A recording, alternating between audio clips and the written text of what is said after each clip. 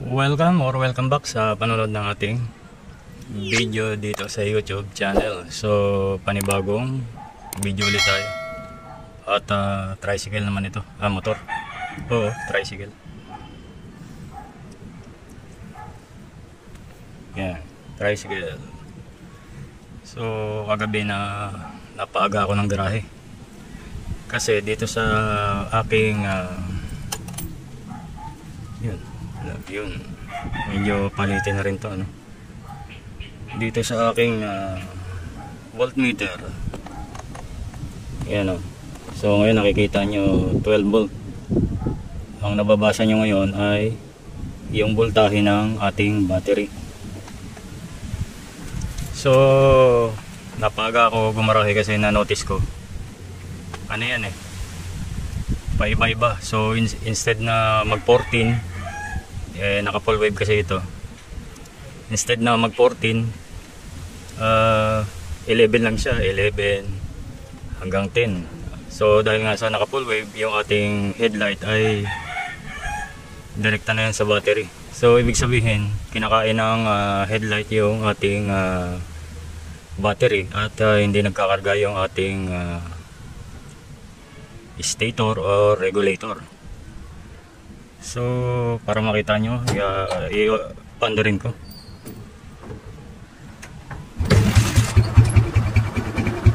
So yan, mandar na, ano?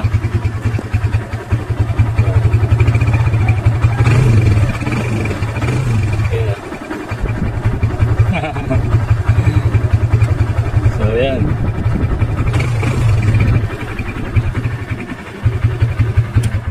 So instead na dapat ibigay niya ay 14, 11.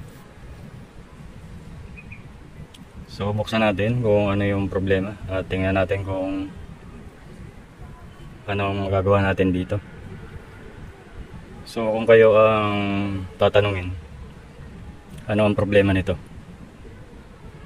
okay, so let's find out. So pandarin ko muna, testerin natin yung output, kung may output ba yung regulator.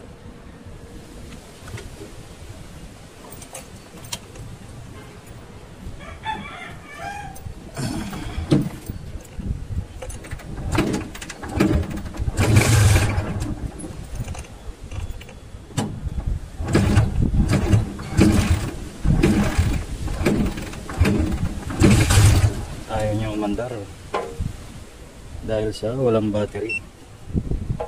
So dikit ko muna yung positive.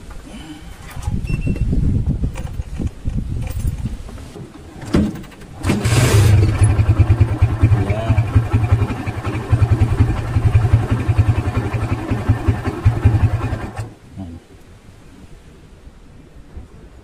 Pag wala siyang battery, patay.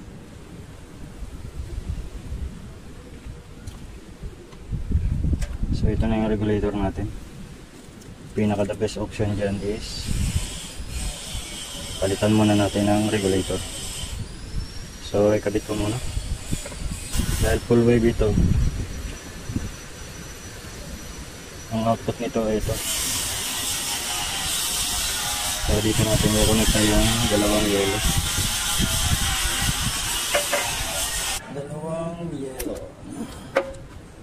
Yellow kasi yung linagay ko rin sa dinagtong ko na wire.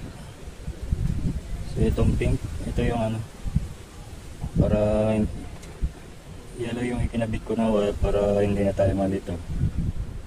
Dahil ang yellow, yan yung output ng stator natin na AC, yung dalawang linya.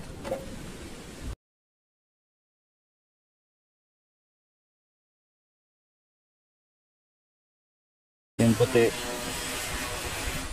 ay yung papunta sa ating battery at ikakabit natin dito sa pula.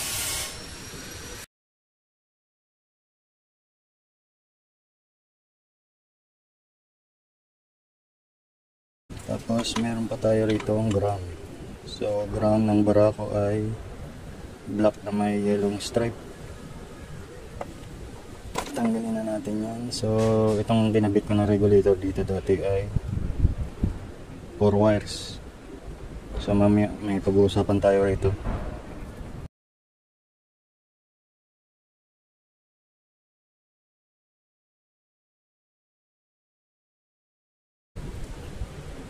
Okay.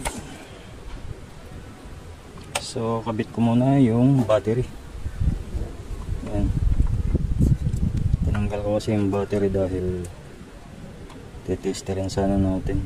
So ayan. Ayan yung battery. Ayan yung sasabi kong puti. Ayan. Ayan. Pupunta yan sa fuse. Tapos itong output na to fuse. Tapos pupunta sa battery. Ito naman sa busina ko to. So linisan ko muna ate kabit.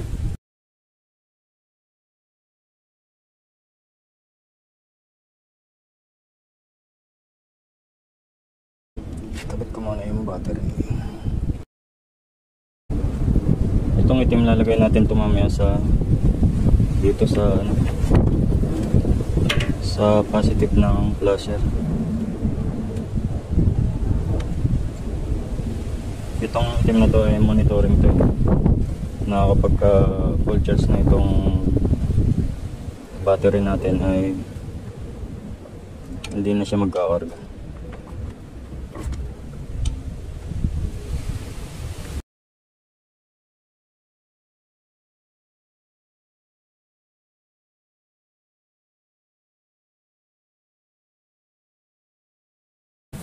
So ayan, tingnan natin. Ayan 11.8. Yan. Yan na lang tayo titingin. So kung regulator lang ang problema, magpo-14 yung ating digital voltmeter. At kapag na 14 yun, solve na yung problema natin. At sana nga yung regulator lang ang problema natin, ano.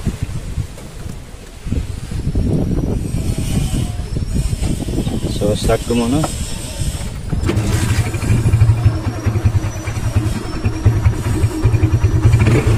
Okay.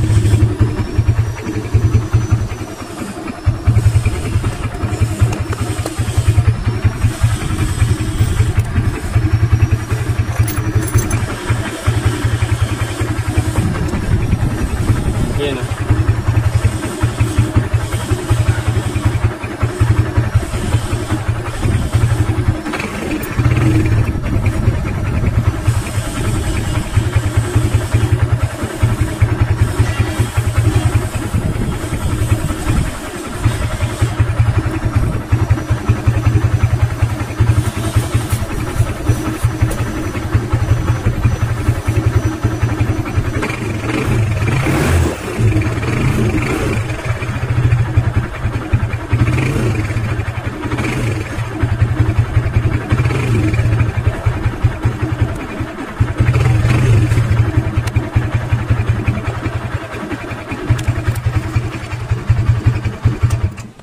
Ay, salamat. So, solve na yung problema natin. At ang problema lang natin ay busted na regulator. Ayan, ito. So, meron tayong na-solve dito. May isa pa tayong kumbaga, ang sabi nila kapag ang 4 wires daw ay na-busted, mag-overcharge. Pero sa experience natin, hindi siya nag-overcharge. Diba? Namatay lang siya. Yung nare-read natin kanina na voltahe, ayun yung sa motor. Ito, wala nang ginagawa o baga.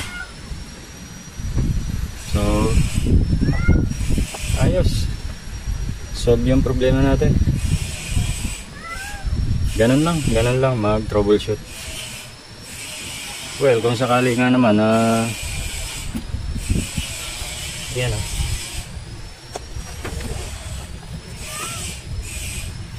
Yan o. Impact rings tayo. Dahil kung sakali na ang problema ng motor natin ay stator, eh may papalit naman tayo. Ready na tayo sana. So hindi naman tayo pinahirapan, ano? Bukod tanging regulator lang. So yun lang. Maraming salamat guys. At kung may napulot kayong idea, please subscribe, then click the notification para sa susunod ay updated kayo sa mga i-upload ko. So back to normal. Ang reading ng ating battery ay 12.4. Panda rin ulit natin.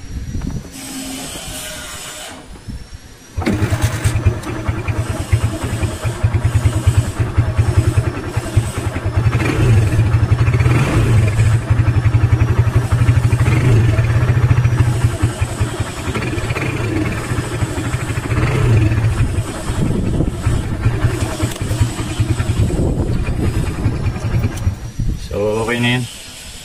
Yung nag-11 kanina, siyempre nagpa-fluctuate siya dahil sa siguro yung battery natin ay kulang sa karga. Baka yan lang yung karga niya. So at least solve na yung problema natin.